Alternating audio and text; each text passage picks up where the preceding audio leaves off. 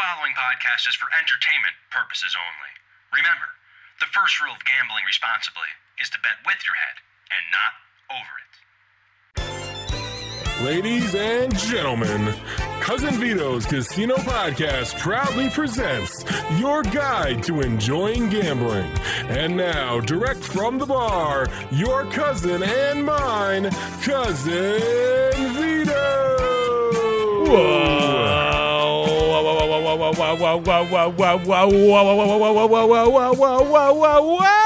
Welcome everybody to Cousin Vito's Casino Podcast, your guide to enjoying gambling. I'm your host, Cousin Vito, and together we're going to make luck happen at the casino. Thank you for checking out episode number 133, and I'd like to welcome back my buddy, my pal, one of the hosts of Thanks Gambling, Chris from the Art in the Game podcast. Chris, it is great to have you on this very special Halloween episode. Hey, Cousin Vito, thank you so much for that warm, welcoming game. That was a great welcome. I really like that. It's one of my specialties, Chris. I got to tell you something, Vito. I just had my eyes closed when you were doing your intro, and I just love listening to your show, and just kind of caught up in the moment there. So, I like listening to the Cousin Vito show, and it just makes me happy, makes me excited. I remember leaving you a review over a year ago, calling it Me Time, and podcasts are me time, so. Really fun to be back on the show. Thanks so much for having me. I couldn't be more excited. I'm not too scared, even though it's Halloween. Thanks Gambling, you're right, is right around the corner. And I'm excited about this interview that you've got coming up. Oh, yeah, Chris. I have some serious me time for everybody today. I'll tell you that. We have Captain Jack on the show, professional sports bettor, professional gambler. We had a long conversation. We went almost over an hour. I had to cut a little bit down. I'm probably going to have Captain Jack back, but we talk about blackjack, advantage play, professional sports betting. We go all over the country. We talk about Oregon, Vegas, Atlantic City. It's a wonderful interview, and I can't wait to share it with you today, Chris. I'm so excited. So this is what he does. He lives the life. He just goes out, gambles. He's kind of like living the life we all would probably dream about doing someday. I'm sure it has those highs and lows to that kind of a lifestyle. Exactly. And actually, I think I put it just like that. I was like, all of our listeners, we all really, I'm sure a lot of casino enthusiasts, their dream would be to just play at the casino all the time. So this is a guy who doesn't, and he doesn't do exactly what I do, which is probably why he's winning. But that isn't all, Chris. We all, after the interview, so we're going to have our nice, almost an hour-long interview with our professional gambler, Captain Jack. And then we're going to do a little Cousin Vito Pigskin Pick'em. We have an Eliminator Challenge going on. I will get into all the details. We're getting down to the final few. Somebody is going to win money right out of my pocket, and boy, it pains me. But in a way, I kind of like it. I kind of enjoy the agony of defeat, Chris. You are an admirable man, Vito. The things that you do for your community and listeners. Admirable. I've been called a lot of things. Admirable isn't normally one of them, but I'll take it today. And that isn't all, Chris. We have a great interview. We have our Pigskin Pick'em, but I have you here for a reason. Thanks Gambling is November 9th at MGM Springfield, and it turns out not only did you put together a great event, you have an excellent hotel block for us. Because I went on the MGM Springfield website. It was like $600-700 for a king room that night. But thanks to you. Even I was surprised. Opening weekend last year in August, I think their rack rate was $700 a night. And just about 2 weeks ago, their rate went up for the same time that we're there for Thanks Gambling at $639 plus tax and fees. So you can't beat it. Chris has it's under $200 for the room rate, and that ends on November 2nd. So I thought, it's Halloween, but we had to get you on here. We got to talk about this Thanks Gambling, go over this itinerary, and if you want to come out, guys, and you want to get a room, you have to do it by Sunday. So, Chris, let's start with this itinerary. First of all, I've been scrolling around your Facebook group here, the Art in the Game Facebook group. You got a lot of good stuff on here. Thank you very much. Yeah, it's a lot of fun. We have almost 600 members in the group. We have a lot of active players, a lot of active gamblers, and a lot of active fun seekers. So there's a good mix of advice and comments in that group. And I've been trying to keep everybody updated as to, what we're going to be doing there on November 9th up at MGM Springfield. And I'm already packing my bags. And it's going to be really fun. I'm ready to have a good time because I at Fargo, you were at Fargo with me. I had an amazing 24 hours at Mohegan Sun. I'm hoping that we could top it in Springfield. Oh, yeah, we're going to do our very best. And not to say anything discredit about our fun time down at Mo's Sun with Fargo. That really was a great time. It was my very first No Limit Hold'em tournament. You did a good job getting me ready. I even enjoyed listening to Vinny Chen's and his information over there from the 7 Out podcast. I watched a bunch of YouTube videos, and it was fun. I had a great time. I was surprised I lasted almost 3 hours. I made it past the first break, and I just didn't want to be the first one of the first three people to get knocked out of the tournament. So it was great, and I really liked their hotel room. I mean, it's funny. They're like the exact same rates. The same rate after taxes, about $230 for me to check out a Mohegan Sun. I think that's what the rate is by the time you're done over for Thanks Gambling. But just in case any of your players that come and they play really hard, I mean, they're going to take a look at play, and there's a good possibility you could get some of those fees waived, at the end of your stay, depending on the level of action that you bring during Thanks Gambling. So I do want to urge all of your listeners. We're talking about this great hotel rate. We're recording on the 31st. This is up on the 2nd. I don't know if they're going to scrub it in the morning on the 2nd, in the afternoon. So you're going to want to get in on this rate probably no later than the 1st would be my advice. And you can get to it right on thanksgambling.com or artinthegame.net. Just click on the Thanks Gambling page, and all the information's there, including this discount hotel room link. Perfect. And the itinerary that you're talking about. The itinerary, that's the most exciting part, Chris.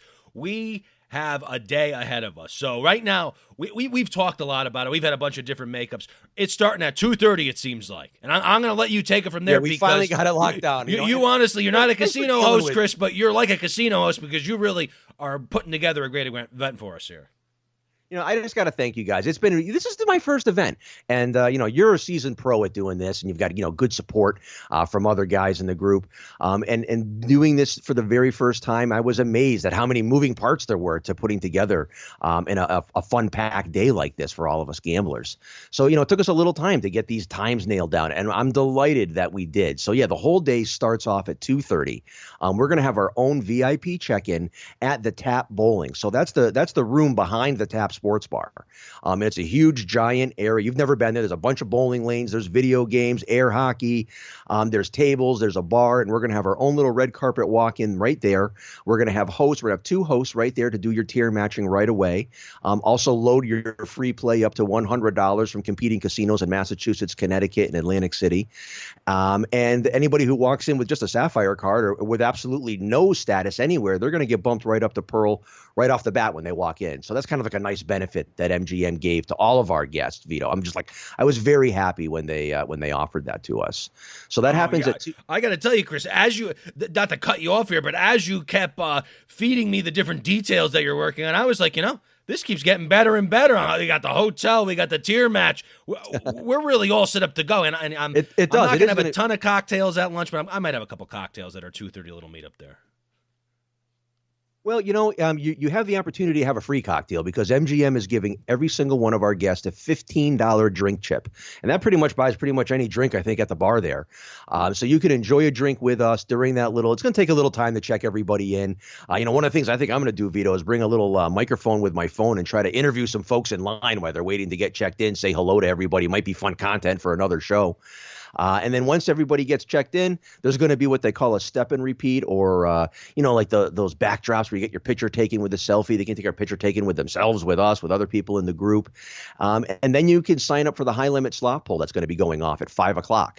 So everybody's going to sign the little paperwork, give their $100 ticket, and when they do, they get a $20 free play. So like you had said in another episode, it's like 20% off your the high limit slot pull. Not a bad deal. That's right. You give your $100 with a slot pull, then you get $20 in free play. You could have some fun that night. And I'll tell you something, I'm going to add even another little cherry on top, because this is I'm just, you know what it is, Vito? I'm just delighted to be welcoming all these brand new guests to my city. Listeners to my show know how proud I am of Springfield and how proud I am to be right here from Western Massachusetts. And I love things that are like real, true, exciting Western Mass. And one of those things is the AHL Springfield Thunderbirds hockey team. I'm a season ticket holder with my family. I've been since the inception of the team. I just love the action. The action's thrilling. And I got them to sponsor a 4-pack of center ice tickets to me. So what I'm going to do is every single person who buys a entry into the slot pull, they're going to get a raffle ticket, and that raffle ticket is going to be for these 4-pack of hockey tickets. Wow, you're really hooking it up, Chris. This is like unbelievable. Hey, we got to have fun. I got to show you guys. I got to show everybody how fun Springfield, Massachusetts is. People are like, why do you do this? I do this because, it's like our lives depend on it at this point. You know what I mean? I have a daughter. We're growing up here. I'm not going anywhere. I've been here. I'm going to be 48. This is where we live. And we finally have, a reason that people are visiting our area. And I just want to let them know about all the other fun things that can happen besides all their, good times they can have at MGM Springfield, of course. So getting community partners like the Springfield Thunderbirds. They're also going to be donating. I keep saying donating. They're also sponsoring a gift in their gift bag. Didn't even mention everybody coming is getting a welcome bag. You can't visit Springfield, can't visit my town, not get a welcome bag from all my friends. So you're going to be getting something from the Springfield Thunderbirds. You're going to be getting something from the Massachusetts State Lottery. You're going to be getting something from the Pioneer Valley Tourism Authority and Explore Massachusetts. You're even going to be getting something from MGM in that welcome bag. So come on, I mean, I've been pressuring everybody in town to roll out the welcome carpet for all of our guests. What do you think? Honestly, Chris, I go to the Facebook group. You got over. I guess I'm going to say we got over 80 people that are coming to this event. This thing's going to be a bomber, Chris. At first, I was worried. Oh no, it might be me and Chris in the bar doing a slop with $200. But now I'm like, we might need some velvet ropes or something because this could be a big bomber for the love of gambling party. Yeah, and let's have some fun, and a lot of people ask, what are the benefits? And I've been rolling off all these benefits, but really the big benefit is the community, right? It's a chance for all of us to get together, like-minded people, learn new games that maybe we haven't, you take me under the wing, go show me a little craps. I take some people under the wing, go show them some roulette, and have some fun, you know what I mean? And just, be together. And speaking of being together, once we're all together at that high-limit slot pull, we'll see if we win, we don't, but right after, we're going to be winners because we're all invited into a little private party inside of the Commonwealth Bar. We're going to sing you happy birthday, buddy. Got to get it. We're getting a cake together for you. So hopefully we'll all be celebrating a big slot victory. That'd be the best. That would be, right? All money hanging out of our pockets. We're going to have a good time, man.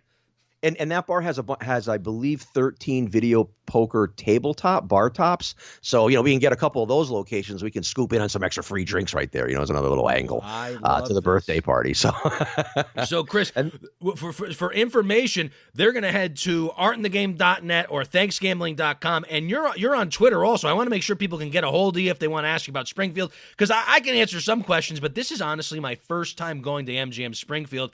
I'm excited like a kid getting a new toy on Christmas, kind of. Yeah, absolutely. People are welcome to get at me at Twitter. Instagram is just Art in the G. I believe I have artinthegame@gmail.com as an email. You can reach out to me via Facebook, the Art in the Game podcast page. You can direct message me. I'm very active on Facebook. It seems out of all the social media type of channels, it seems that's the area I spend the most of my time. And definitely get in touch with me. I mean, the party's going from 2:30. That at 9:30 is going to be just the grand finale party at a secret location yet to be unrevealed. And what they're going to do is they're going to be giving out even more prizes. And this is part of the MGM sponsorship of this party, is that the person who who earns the most slot points that day is going to get $500 in free slot play. And the attendee who earns the most table points that day is going to get $500 in table chips. And that's just for coming and playing at Thanksgambling. And then there's two additional more raffle style prizes. And I know what one of them is. It's a signed Patriots autographed helmet with a certificate of authenticity. So, I mean, these are the types of things that we're going to be, MGM is sponsored to us to thank us for coming and offering, our 7-hour day of play really, at Thanksgambling at MGM Springfield. So, I'm really looking forward to it. We don't really have any, scheduled meals together. Right after the check-in at 2:30, I've got about 25 seats reserved at tap. I'm going to sit down, have a Cobb salad, maybe some burger. Anybody's welcome to join. Order off the menu, pay for yourself, have some fun. If you don't want to eat, you want to get right to gambling, just go ahead, have some fun.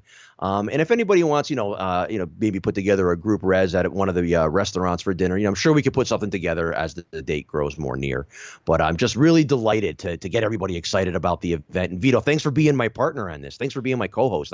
I can't wait to host you up here in Springfield. Honestly, Chris, I got to thank you for putting all this time and effort, because doing the Gamblepalooza events and being a part of just seeing what went into the Zork Fests and all the different things that we've done over the years, it takes a lot of hard work. And I just want to implore everyone from the New England area, if you're around and you're on the fence, come out and say hello and take part in this, because you know what? If this is a successful event, it almost works as a prototype for saying, okay, this is a viable casino event. We have people who love gambling come to the casino, and let's roll out the red carpet for them because we know that they're going to play. Hey, that's my plan, Vito. I want to make this an annual event, something that gamblers can put on their calendar. Come visit Springfield, have a fun weekend. Who knows what it could grow into? Hey, that the world record for a high limit slot pull was set at Resorts International this summer in Atlantic City was $31,000. That means they had 301 members. Might take us a couple of years, but who knows? Maybe we could set a world record one day together. So everything's baby steps. You got to start small, but we've got long vision, Vito. Everything that I do, I might look like I'm just like stumbling my way down the hallway, but believe it or not, I have an idea of where I'm headed. So hopefully this works out to something. Usually I'm just stumbling, Chris, so don't mistake me. But I want to thank you for giving us all these details. Remember, artinthegame.net or thanksgambling.com. It has all the details. The hotel's room block is going to go offline on 11/2. So this Sunday, it might even go off at midnight. So you're going to want to go by November 1st, which is going to be, is that tomorrow?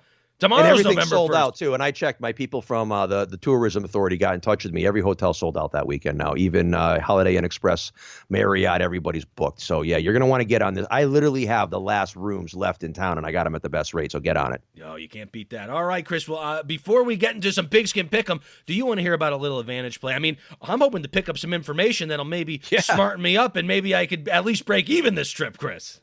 Let me tell you something. After my recent venture with you down in Mohegan Sun, I could really use some advantage play advice right now. So let's sit back and let's get into learning how to become a better player. I love it. So without further ado, I'd like to welcome on our pal, Captain Jack. All right, I have a very special guest today. It is my pleasure to have Captain Jack on the show. Captain Jack is a sports industry analyst, sports betting professional, and all-around casino lover. Captain Jack, great to have you on the show. Hey, Vito, it's good to be here. Thank you for having me. And it's funny how if people cross paths now, I'm not a huge social media mogul here, but I'm on Twitter a little bit. And Captain Jack, I was watching you in a conversation. I don't want to seem like I'm spying on you, but I was reading a conversation back and forth about Oregon sports betting and some of the taxes and the different things they were doing to almost make it seem like the black market sports betting is the only way to still make money in Oregon. And it piqued my interest. I contacted you, and I want to thank you for coming on the show. You really have an interesting history that we're going to get into, and you're an East Coast guy like me. Yep, I'm born in Jersey bred, and I still make my home here in New Jersey. Beautiful. So you're an Atlantic City guy. Yeah, probably more AC than anything, although, Pennsylvania, Delaware, even into the New England casinos there in Connecticut. So really, I travel all around the region. Ooh, and I'm gonna ask about your sports betting, but just for my personal thoughts and ideas here. Do you have a favorite place to play in Atlantic City? I'm planning a summer trip down there, and I'd love to hear. It varies based on what they're willing to give me or what they're willing to let me do. So right now it's probably Ocean. That's probably the one that I can make a profit at the best. They also have a really nice sports book in there. But get back to me in another 6 months, and that opinion might change. All right, perfect. All right, that's a good baseline for this conversation too. So, Captain Jack, right now, I described you as a sports industry analyst, a professional sports bettor, and all of us, a lot of people that listen to these gambling podcasts, poker podcasts, we all aspire one day to say, "Oh yeah, I'm a professional poker player, professional gambler, and I spend my life in the casino." But you're there now, and I'm curious, how did you get to that point? Now, have you been doing this a long time? Is it just sports betting is your main source of income, or do you dabble in other things in the casino? I've been an advantage player in some form or another for the past 20 years. I got my start probably in the late 90s with card counting. I used to, scout around the different websites on the internet about card counting, and I aspired to be a really good card counter, and I put in the time, I put in the effort. I got a bankroll together, and I'll have to admit, I was a lousy card counter. I just, anyone who tries card counting knows it takes a high amount of discipline, a high amount of focus. And you also, you can't really have any other leaks in your game, and probably a combination of all those things. I didn't make a very good card counter, but that kind of segued into some other forms of advantage gambling. And so I was looking into hole carding, and you try to peek the dealer's hole card and things like that. And to be honest, I wasn't real great at that either. But then along came online casinos back around the early 2000s. This is when they first started offshore. Quasi-legal, probably not really legal, but you could still move your money out to those offshore casinos, and they had all these great bonuses and promotions, and you could just kind of cycle through them one after another, day after day. And then if you had a brother or a girlfriend or a neighbor who didn't mind you using their name and information, you could kind of cycle through them 3 by 3 by 3 and things like that. So you can add all that together and you grind out a nice little profit there in those online casinos back in the day. And that's how I built my bankroll. And I was really good at this. For whatever reason, sitting at home and just clicking on the internet and, running these bonuses through, that's what I was good at. So fast forward that industry into like the year 2004 to 2006, and things start to fall apart. We had the UIGEA pass, which basically made moving money to these offshore casinos illegal, and the banks no longer let you do it. And it was really tough. And this is before Bitcoin, and so it was just tough to move your money out to them anymore. And I had kind of moved into sports betting by this time, because online casinos to online sports books is a general progression. And I was getting very interested in this, and I was doing pretty well in sports betting, and I was kind of finding angles and taking advantage of promotions and various lines, and maybe some softer lines like some props, on maybe how many home runs will be hit in a game and things like that. And I was doing well with that, but then it became very tough to move your money off to these offshore sports books and casinos. So then I kind of migrated back to land-based casinos, and I was doing promotion hustling. So I'd see a good promo at a casino, and I'd make sure I take advantage of it. Or maybe there was a drawing that I figured, I can get enough entries into this where I have a higher probability of winning that drawing. And I was a lot more disciplined this time when I approached my advantage gambling, because I was able to kind of do the math. And I think I learned a lot of that math by working at some of these offshore casinos and sports books, where you kind of have to know the math of the promotion and figure out your EV in that process. So I'm doing these promotions around casinos, and around like 2010, I started to hear rumors that New Jersey wants to legalize sports betting. They put out a ballot referendum in, I believe it was 2011, and I'm not a big political guy, but I voted that time because I wanted to vote on this ballot referendum. That got you to the polls. Yeah, it worked. And I think it passed about 70-30 that, yes, the voters of New Jersey say, yes, we will legalize sports betting. So New Jersey goes ahead and passes the law, and immediately the sports leagues file an injunction saying, no, you cannot do this. It violates the Professional Amateur Sports Protection Act, which is also known as PASPA. And then that began a court fight that lasted from 2011 through till 2018, in which the leagues and the state of New Jersey battled back and forth in various levels of court. And New Jersey lost every round along the way, up until the final round at the Supreme Court, in which case the Supreme Court said, no, PASPA is unconstitutional. You can't command a state to enforce federal laws that are against what the state wants to do in terms of commerce. So now sports betting was finally legalized. And from that point, from 2011 to 2018, I kept ramping up in terms of my sports betting, in terms of my knowledge of sports betting, in terms of the industry, so that the time it got legal by May 2018, I was raring to go, Vito. I was ready to do this. And I consider myself a very good sports bettor.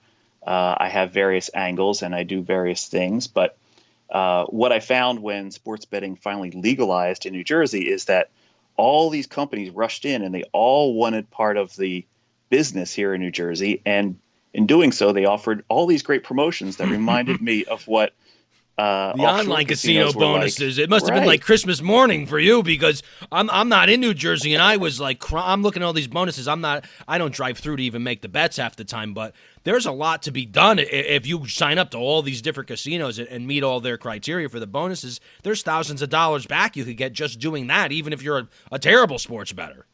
Exactly. And it was really easy, and it was amazing. It was, you're right, it was like Christmas morning. So yeah, definitely. And that's a tip to your listeners, is take advantage of all those bonuses. They're not going to last forever. I think these companies are starting to realize that it's costing them a lot of money to try to woo the American sports bettor, and they may kind of start to tail back on these. So if you see a good one, if somebody's offering you $500 basically for free, it's worth your time to travel through New Jersey somehow, some way, have a layover at Newark International, whatever it takes, and get your share of this while you still can. Now, your background is very interesting, because it follows a lot of casino enthusiasts and gamblers. At some point, you start losing, and you say, "Oh man, I wish I could find a way so I don't have to lose every time I go." And I love this progression of trying the card counting. And you have to be a certain type, a personality type, a certain, like you were saying, have a certain discipline to be able to card count successfully. And everyone isn't cut out to be a card counter, even if you were to give them the training and send them out there. And I love the progression of how we had the card counting, the whole carding, and then finally you're ending up, and now it's almost like the fruits of your labor as you were doing the online gambling and on the offshore casinos. It was almost as if you were doing an internship from home that helped prepare you for now this legal gambling flood, where as it happens state by state, the states with competitive casinos, they all should offer some kind of bonus to new players, you would think, unless all our casinos end up becoming corporate and they start falling under the same umbrella. Right. I mean, what's going to drive actually all those bonuses and that competitive nature is if we have states that have a competitive marketplace. So what we're seeing right now is, for instance, in my state, in New Jersey, it's probably even hyper competitive at this point. There's 18 different sports books that you can utilize in New Jersey. And that might be too many, to be honest with you. But there's other states, I'll use the example of Delaware or Rhode Island, where it's basically state-run sports betting, and it's just the lottery that basically authorizes and controls the sports betting in the state. And what happens there is you just have a single vendor, and a single vendor does not need to offer bonuses. They don't need to compete for your business, right? So you don't want to have states where there's a monopoly in the sports betting. And you probably don't want to have a state that's too hyper competitive, but if there was a scale of competitiveness, the more competitive a market is, the more there's going to be opportunities for consumers to profit from it. And in a way, being in the year 2019 right now, we're in a great moment in time, because as we were talking about New Jersey, that's a hyper-competitive area in Atlantic City, where a lot of these casinos are struggling to bring in new business or steal business from each other, where like a state I'm in Connecticut right now recording.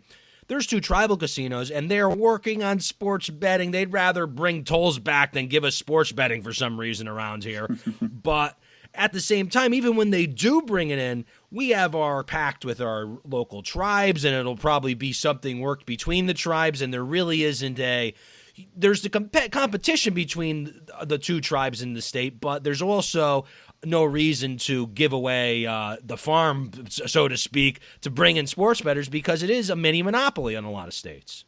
Exactly. And, the situation in Connecticut is going to be, what kind of pressure do they receive from the neighboring states? Now, we already know that Rhode Island is not going to be too much pressure. New York could be an immense amount of pressure, but they can't seem to get out of their own way. They don't want to authorize any kind of mobile betting just yet, and they have retail betting at the 4 upstate casinos, but they're a ways from Connecticut, as you know. Massachusetts could be a wild card in that area, because Massachusetts has been kind of progressive in their gambling lately, and they've been, with Springfield and with Encore in Boston. They have a competitive product there in Massachusetts. So it really depends on, how much revenue are we losing to neighboring states when people drive across state lines to go make a sports wager at some place that is more advantageous to them or more attractive to them. Hopefully Connecticut's going to realize that and see the writing on the wall. They could offer something like where they give those tribes basically retail betting. So if you want to sit in a big luxurious sports book and watch the games, you'll have to go to Mohegan Sun or to Foxwoods. But if you want to bet mobile anywhere in the state, maybe they'll let that to be the competitive market, and they'll allow these companies to come in and just operate mobile betting. And there, the consumers would definitely benefit from that as well. I mean, I would love that. The way things move in Connecticut, we'll see. I honestly think the best thing that's happening for the gamblers in Connecticut is what happened in Massachusetts. Because for us, there is the MGM Springfield is a very hot button property in Connecticut, and the tribes have moved to create a slot parlor outside Hartford. They're moving to try and stop people from going to Springfield, and it turns out Springfield hasn't depressed their profits as much as we all thought it would, being that it's so close to Hartford. But right. Once Massachusetts moves and Connecticut starts to make a move, that's where in this area I could see bonuses happening, where MGM Springfield is going to want you to say, I'm not driving from Hartford to Norwich to go make my sports bet. I could get $500 by joining the MGM. And then you're saying MGM, with the infrastructure, they have their My Vegas. Do they have a online sports book that's all over the nation, or is it just state by states have their own individual sports books right now? You have to pardon me. I'm not totally up to date on my the internet gambling.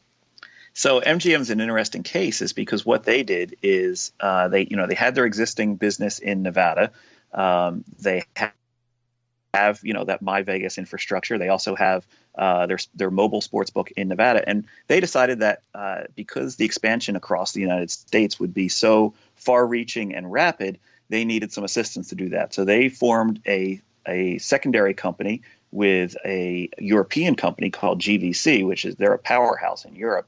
And this is called BetMGM, and the BetMGM product is the one that they're rolling out into all these other states. So in New Jersey, we have the BetMGM app, and we have BetMGM Casino. And, it's a little different because the European product is different than the American product. And I think that's one of the things that your listeners are going to kind of key off of real quick. If they've been familiar with sports betting, if maybe they have an account offshore, or if they're familiar with betting in a legal sports book in Las Vegas, some of this online sports betting from these European shops looks a little different. They don't quite get some of the Americanization of the product, and as a result, it can sort of feel a little frustrating at times. The European model of sports betting is basically they just want recreational people that are there to lose money. They don't want you to try to win. And one of the things one of the things that's nice about the way Americans approach gambling is we all kind of look at it as the sky's the limit, right? If I get really good at gambling, if I find a way to beat the house, I can run it up, and no one's going to stop me because it's all legal. But the Europeans sort of have this kind of glass ceiling in their gambling where it's like, oh, you can win up to a point, and then we're just not going to let you play anymore. We're not going to take your action, and that should be expected. You shouldn't expect to have unlimited riches coming from your gambling. And I think the Americans kind of rub the wrong way with that because they feel like there shouldn't ever be a glass ceiling on anything in the United States. And so there's a conflict going here. It's sort of a soft conflict between the European model and the American model. A lot of the bookmakers that are from Vegas are suddenly very pro the American style of gambling, and they're willing to kind of take sharp action, and they're willing to kind of let the sharps play because they kind of want to combat that European influence, which basically says as soon as you display any level of sharpness, we're going to limit you down so that you can't bet more than $20 on a game. And that isn't unheard of even now in the States, because I've received a handful of emails from people saying that they've been backed off or had their bet limits capped after a big weekend, and it seems like since the way it's state by state regulation, but it seems unfair in a way that you actually have a good day. You can have a good day, and if they don't like it, they could shut you down for good and say, we don't want your business anymore. Yeah, it's a real problem, Vito. It's it's something that we need to kind of find a way to address, and it's going to be very tricky to address. In some areas in Europe, they've tried to do this thing where they call it a minimum bet limit, where every bookmaker must take a minimum of bet of X on every game, every wager. But that doesn't really work. It's just a little too complicated, and there are other limits that are there specifications that the bookmakers then use to kind of get around that. And I don't think it would really work well in the United States. But we need to be able to kind of let people be able to play and have the understanding that they can win. Because if you're betting into a game and you can't win, it takes all the fun out of it. Your audience knows this. I don't expect everyone in the world to be a sharp. In fact, I would say 1% of all sports bettors are long-term winning sports bettors. It's really that small of a segment. The vigorish on sports betting really grinds you down over time. But that doesn't mean that 99% of all sports bettors shouldn't get some kind of enjoyment out of it. And that enjoyment is that expectation that perhaps you'll win. It's like, why do you buy a lottery ticket? You don't buy a lottery ticket because you expect to win, but you buy a lottery ticket for that dream of one day winning. So sports betting has to be a lot of the same. And if we expose this glass ceiling, or we have this glass ceiling above us, then there's really no way where the average sports bettor can expect to win, because if they do, they're going to be limited down, and that's a shame. Now, lucky for us, we don't have a reinforced glass ceiling here in the States, so we still have a little hope. Now, I'm curious, for someone like you, and you're out of New Jersey, what's a typical sports betting day like? Let's say we're in NFL season now. Are you waking up at 9 a.m, checking all the lines on all your different apps, and then going down and seeing if the lines change? Now, do you have a routine, or are you? How do you formulate? Obviously, a lot of professional sports bettors I talk to, they don't want to go into all the minutia of exactly what they do, but in the broad sense, what you feel comfortable talking about, how do you, look on an NFL Sunday? Is NFL your thing, or is NFL too many people are betting on it, so the lines are too tight? There's some. I know that different people have different outlooks on the sports they like to bet.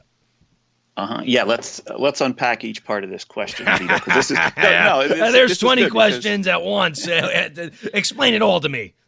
This is a good way to kind of walk through it, and I think a lot of people will understand sports betting better when you kind of approach it this way. So, first of all, you can't beat every sport. One person cannot handicap every sport out there. There's just too many games, especially, and this is key. This time of year is especially key because there's all four major sports are still going on right now. We still have baseball. We have NHL and NBA starting up, and of course we have the big king of it all, the NFL. So you can't expect to be able to handicap every sport. You have to pick your spots. You have to pick your expertise. And myself, I'm what I would refer to as a quantitative sports bettor. In other words, I have computer models that I have created, and basically they do all the number crunching for me, and then they look at the schedule and spit out the games that they feel are mispriced. And my sports of interest are the NBA and Major League Baseball. With Major League Baseball, I stop at the end of the regular season, so that's already gone. The NBA is just kind of getting started here. And so each morning I'll wake up and I'll start to look at the lines, and I try to look at those lines fairly early in the morning, because they're going to start changing as the sun moves to the West Coast, because once the West Coast is up and running and the Vegas sports books are open, the lines start to change. So I try to get to it early before the West Coast lines have started to change, and I look them over and I find areas that I would like to bet, and then I figure out the best way to bet, because there's not only the science of sports betting, but there's also the art of sports betting. And if you're a sharp bettor, and especially in this environment where they want to limit the number of sharp bettors they're exposed to, I'm going to go ahead and try to find the best way to get that money down. It may mean that I don't bet at the same book 2 days in a row. It may mean that I bet something here and not there, and or try to find a derivative pricing of that market. So I'm not just betting maybe like the total on a game, but maybe I'm betting the halftime total on a game instead of the full game total, so that I can kind of get my money down in a little bit more diversified manner. So then the next point I would want to address here is there are some sports that are highly efficient markets, and the NFL is probably the chief among them. It is really tough to beat the NFL. If you wake up on a Sunday morning and head over to the sports book, I guarantee you're not going to be a long-term winner. Maybe you'll win for a couple weeks, win for a couple months, but really it's tough to beat the NFL just using what the lines are on Sunday morning in a sports book somewhere. So me waking up saying, "Oh, that guy's a bum quarterback. Oh, they got Mayfield starting." That's not a way to become a professional sports bettor. No, and if you're just watching the NFL pregame shows and they say something, what they say is already known to all the sharp bettors days ago, or hours ago at least, but probably days ago, and the market has already shifted in reaction to that. So, if they were to say, I don't know, you can name something about the NFL that they might report on an NFL pregame show, chances are that information's already factored into the line. Think of it like the stock market.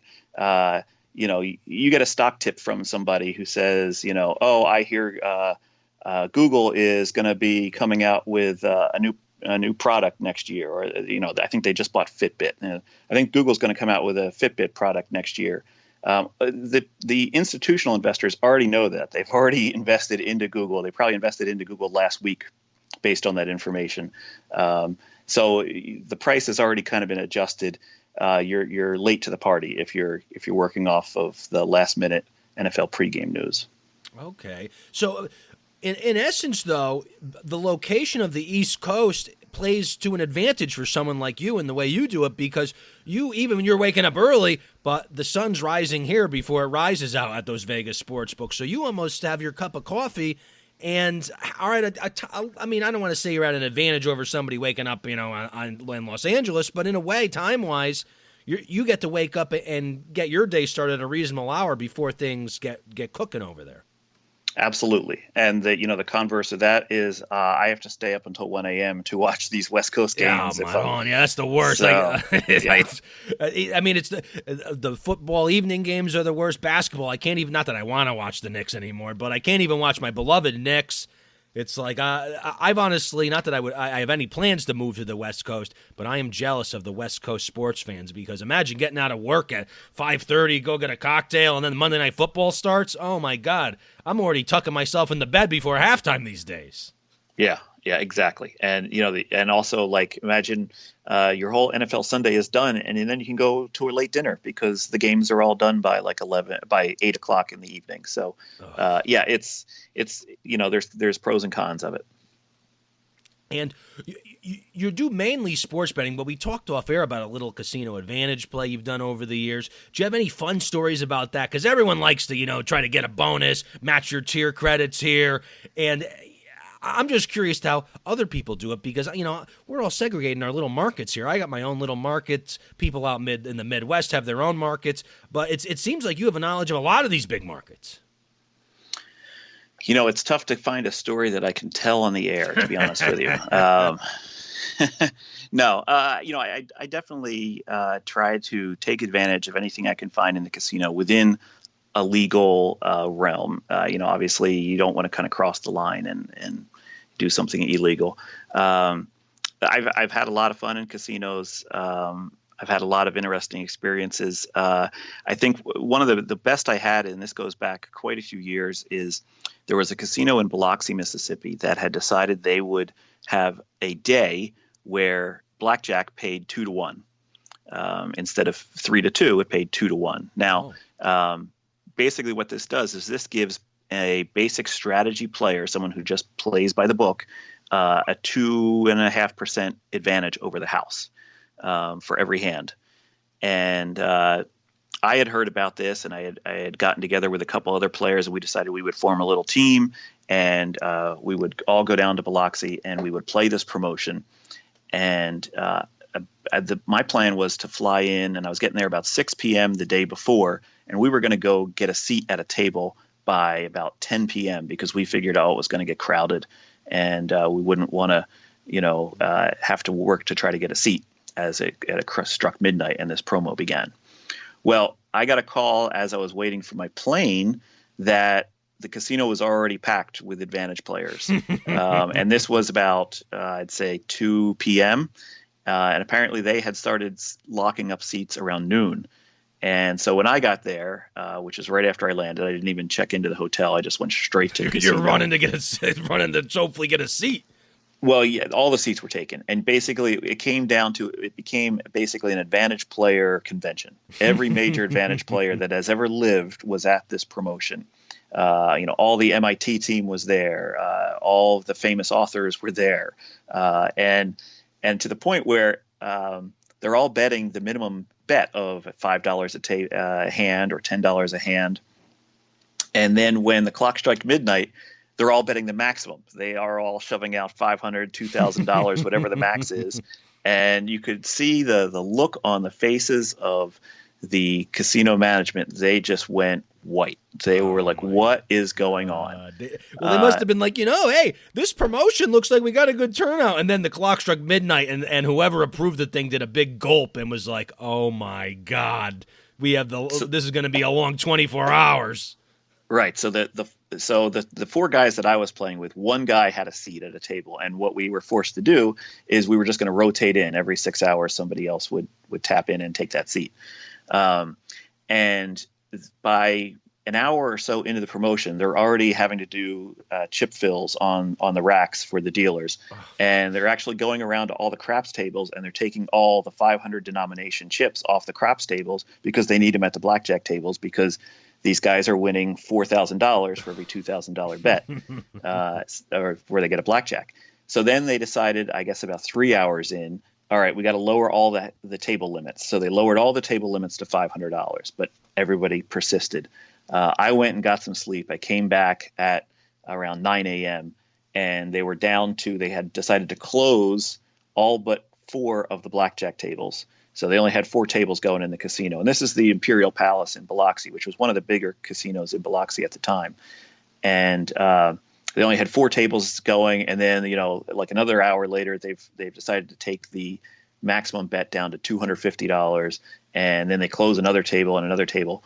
Long story short, I think the promo by about noon went down to just 1 table. And by 4 p.m., they just threw up their hands and said, all right, we give up.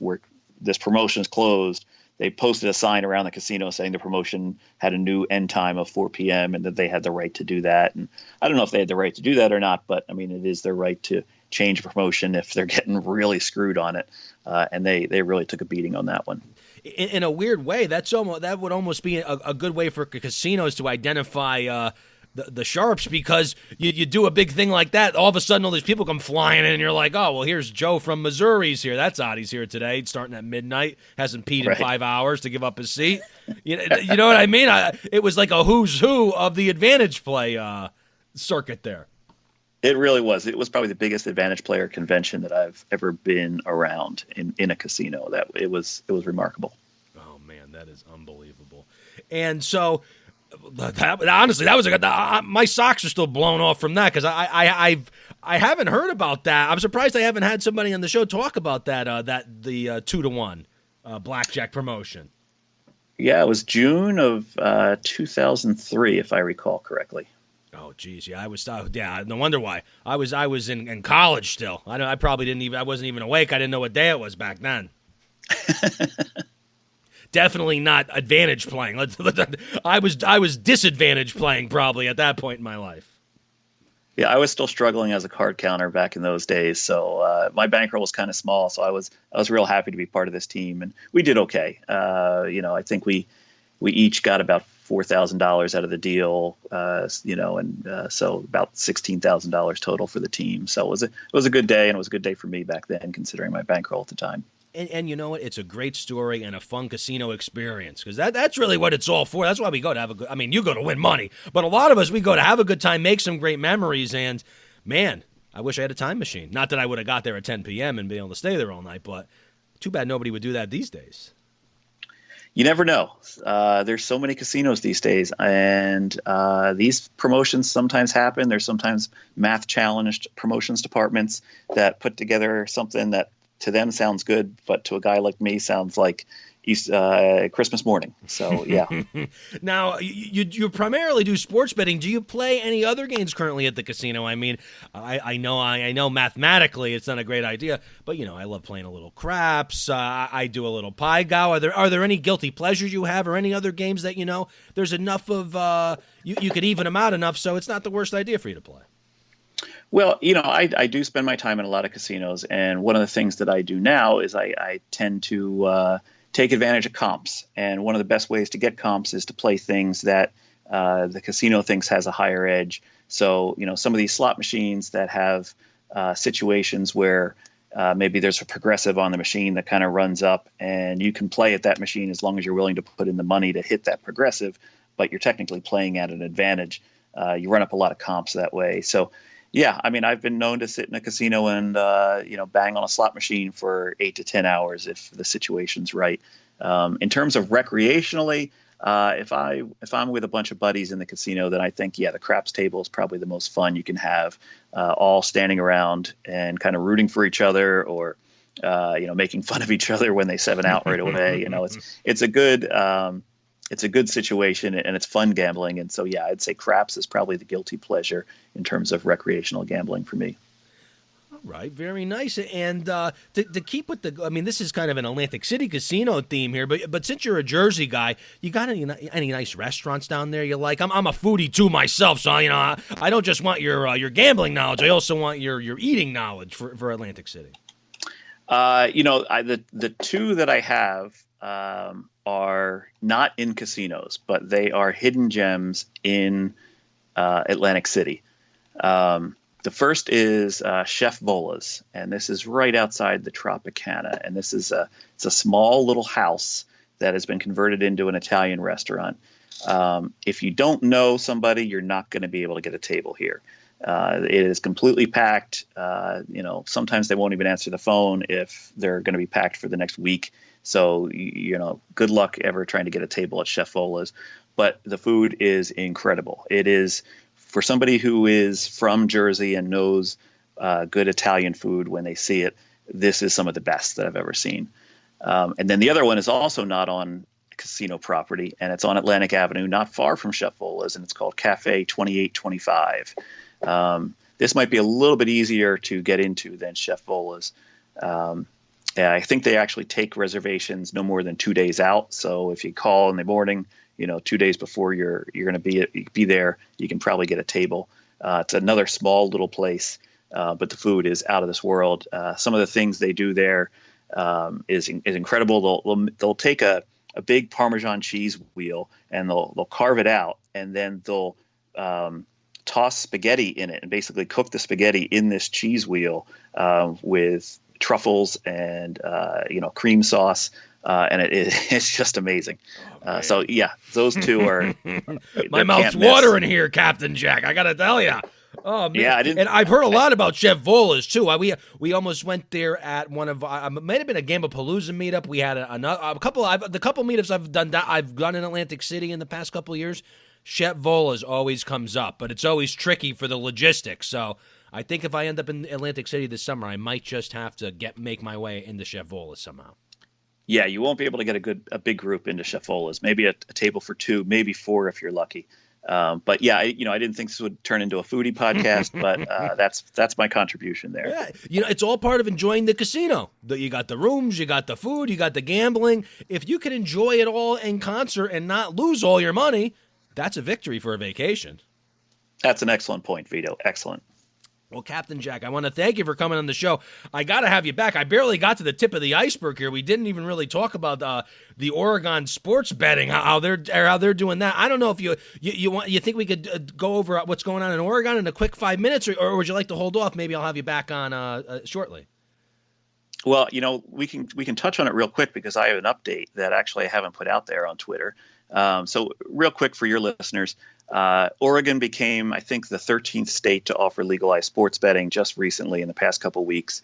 And the lottery is basically running the state product. There is a tribe on the east coast of Oregon that also has sports betting, but basically the lottery is running the mobile online sports betting for the state. And it's a big to do for them. They've put a lot into this. However, they have this withholding rule. And basically the rule is if you have a winning ticket for more than $1,500, they withhold 8% state income tax. And if you have a winning ticket for over $5,000, they withhold 24% federal withholding on top of that. And their defense is that, oh, this is the federal withholding rule, that everyone must follow. And I kind of took a problem with that on Twitter, and I kind of tweeted a few things at them and basically showed them that the IRS guidance on this is not a 24% withholding on $5,000 on a sports wager. It's if your wager is 300 times, if your win is 300 times your wager and it exceeds $5,000, then in that case, yes, it would be a federal withholding. And I think basically they just didn't understand because they had been dealing a lottery product for so long. And, they had been using scratch cards and these Mega Millions and things like that. And so people actually hitting something on a $1 bet that wins, $1,500 is something unusual for them. And that's why they do the withholding of the state income tax as well as the federal withholding. So this went back and forth on Twitter. This is where you first spotted me. I actually got an update through a direct message from the Oregon Lottery that said they've looked at it and they actually now see it my way.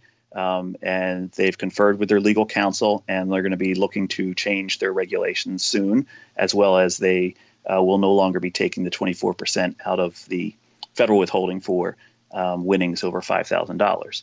So, hey, if people that think Twitter doesn't change things, there's a situation where just Twitter feedback has changed a state regulation for the better for all consumers. Now, I realize a lot of people are going to listen to this and say, hey, I'm never going to win a ticket for $1,500 or more, or let alone $5,000.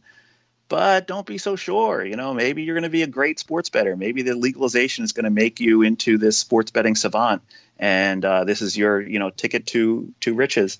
At least in Oregon, you're not going to get screwed over with this state and federal withholding for much longer. Thanks to you, Captain Jack, a man of the people here, taking them to task on Twitter. I love how it actually worked out because that's news to me. I saw your critique of them and the information you were giving them, and the fact that they responded to you and actually are like, you know what, this does make sense. Because what you're betting is all relative to what your income is, how much money you have in the bank. So for somebody betting a $5,000 a flat bet, it's not even worth it if you win. Oh, I won. I have $5,000 on the line, but I got back that minus 24%, minus another 8%.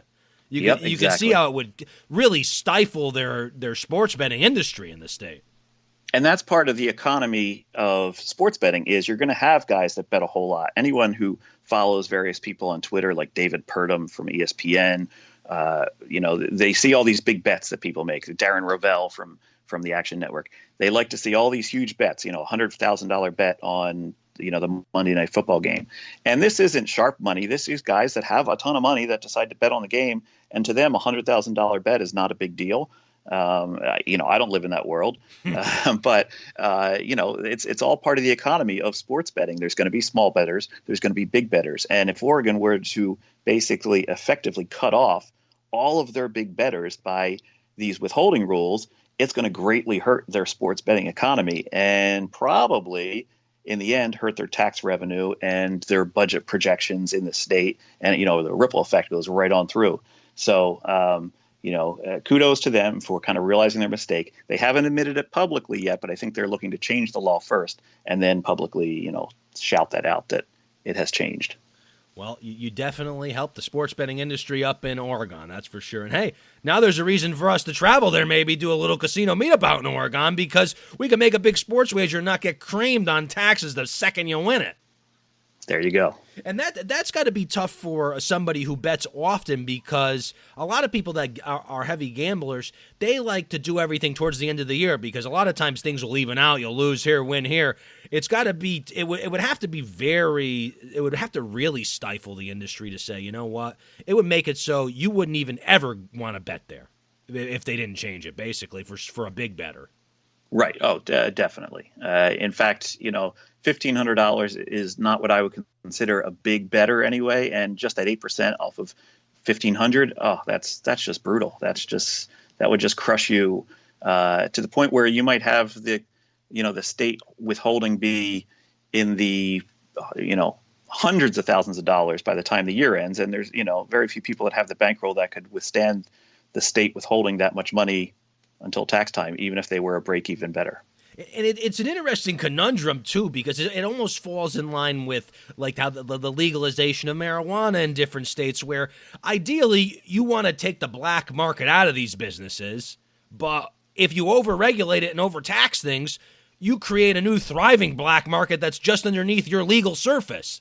So exactly, in a way, it really behooves different states, not just Oregon, but all states, to say, you know what, we need to make sure we leave a little bit of meat on the bone here, or the classic black market is still going to thrive, and they're going to be, we're just going to have this legal market floating on top, making it easier for them to skate by.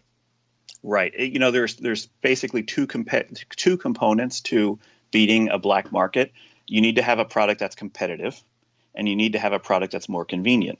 So you need to make a product that people they're going to go, well, if everyone's offering like minus 115 on each side of a game, and offshore you can get minus 110, then people are still going to bet offshore because that product is more competitive. Likewise, if you have to jump through hoops in order to get money into your state's sports books, or maybe you have to go somewhere to register for an account and they have to do a background check on you and all this rigmarole, that's going to be a barrier to entry for the consumer, and the offshore product is more convenient. So you need to be more competitive and you need to be more convenient, and then you can start to kind of squash the black market industry, or at least force them into maybe even being more competitive themselves. Right, you got the classic bookie at home in New Jersey, like, hey, they moved all that. They're what are they doing? Minus 110 now. Oh my God, that's giving them headaches. Right. Yeah. It's always going to be a back and forth game, and there's always going to be room for the offshore and the local bookie. They're not going to go out of business. Because dating back to when New Jersey was talking of legalizing for all those years, I can't recall who made this argument or when it was made, so who knows? Maybe I dreamed this up. But I could have sworn I read an article or listened to an interview, and they were talking about saying, it's going to be hard to beat the black market in sports betting, and this was probably from somebody who was against the sports betting anyway, so they're embellishing this idea. But when you bet with a bookie that you would see in like a movie, you don't pay up front. They would call a guy on a payphone or something, and you square up later. Whereas in the sports books, you have to pay up front. So I believe that was an argument at one point that they're never going to beat the black market because the black market can front you the money, and I mean you don't have to pay taxes, but you might get your legs broken if you don't do it right. Yeah, playing on credit is a huge piece that the underground black offshore market has that the legalized market will never have. The legalized market will never let you play on credit. It's just, the credit companies wouldn't let you do that. So that's always going to be one advantage that illegal markets have, is they'll let you play on credit. Now, for instance, in New Jersey, it's really simple to move money into these sports books. I can move $30,000 a day just by sitting at my desk here and, depositing from my bank accounts into the sports books.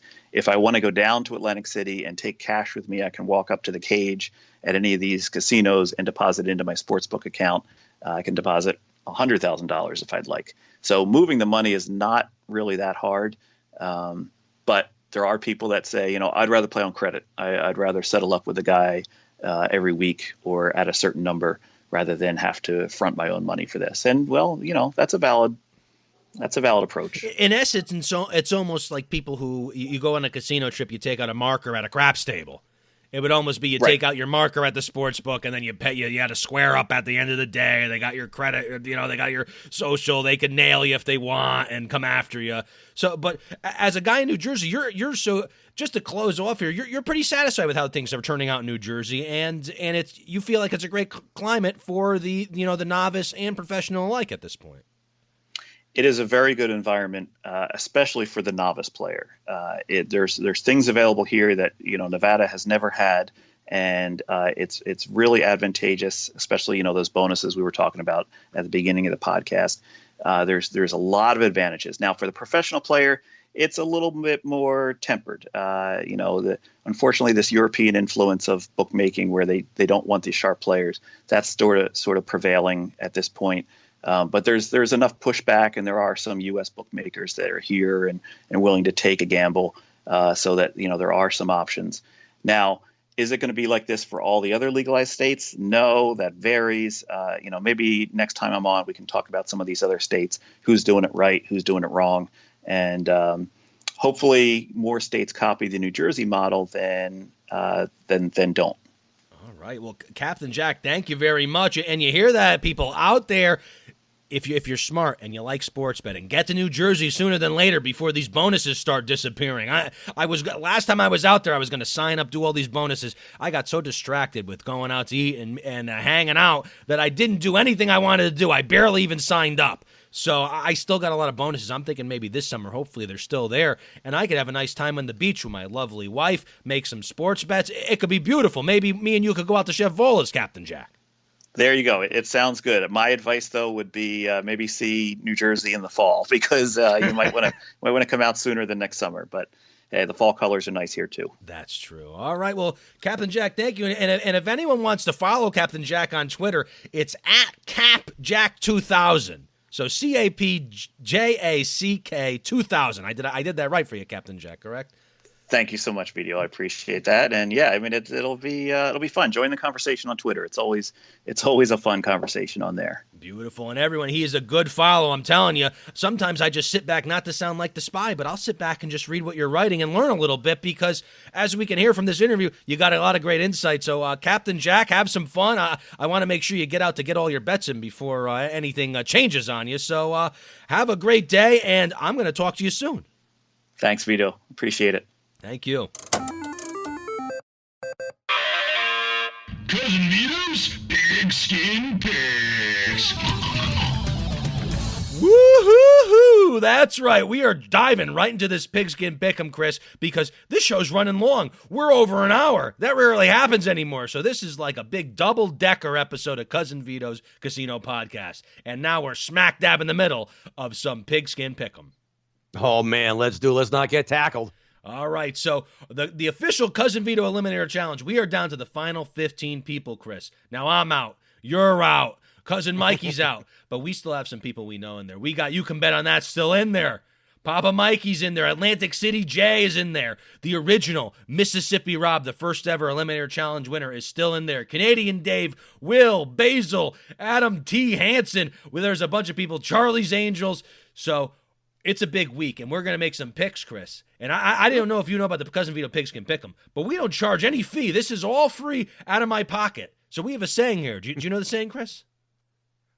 Make luck happen? No, we have a saying for the Eliminator Challenge, because this is Cousin Vito's Eliminator Challenge, where you don't have to pay to play. To play. Oh, that's right. I'm sorry. I wasn't right. up on that. And Chris, traditionally, what we do is we go over the top 3 most popular picks in Pick'em this week, and we're going to start out the most popular pick, a road team tonight.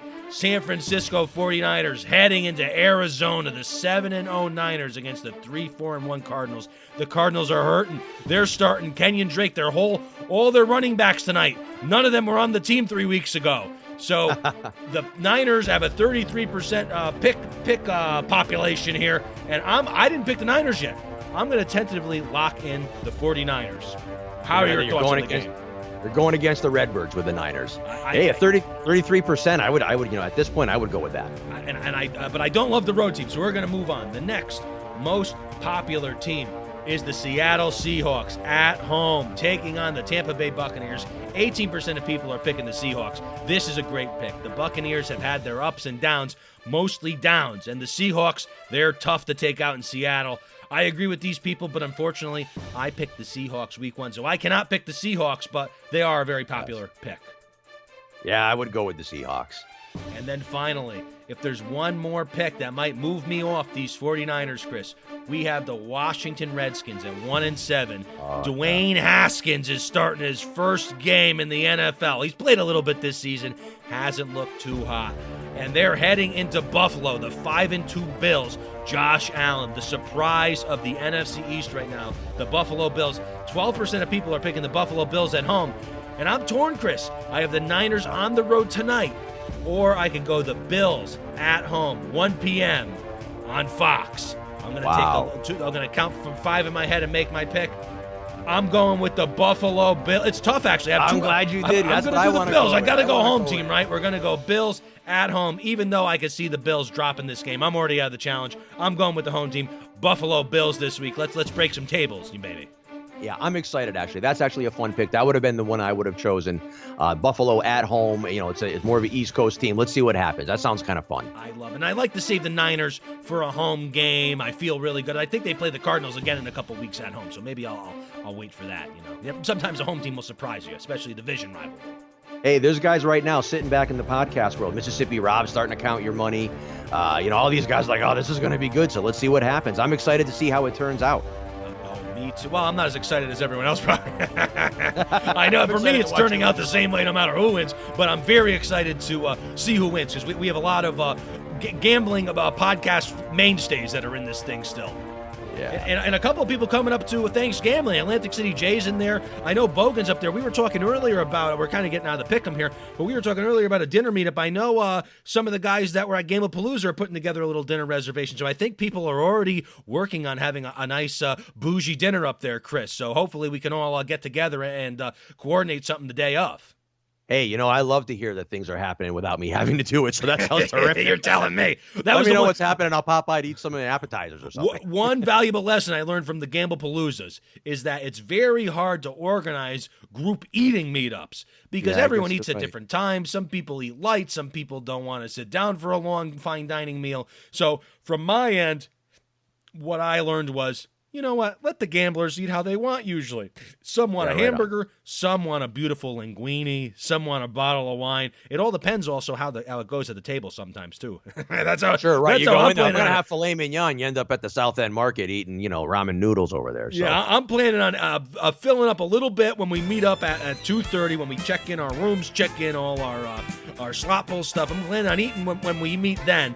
And then I figure we'll see how much I gorge. I might be hungry again by 7, but who knows? Sometimes I'll have a big 3 p.m. lunch. I might not eat again until a midnight snack while I lick my wounds after a long run at the craps table.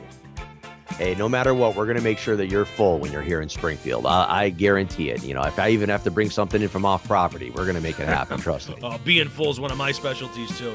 And Chris, I don't know what it is. I don't know if it's the fact that Thanksgambling's coming up, the NFL season's in full stride. I don't know if it's the fact I feel a little bit smarter after talking to Captain Jack for an hour. But I got a funny feeling that between me, you can bet on that. Our pal Bogan, Atlantic City Jay, everyone in Springfield, everyone in Atlantic City, and all the gamblers across the nation, that together we're going to make luck Happen. I had to do it with you.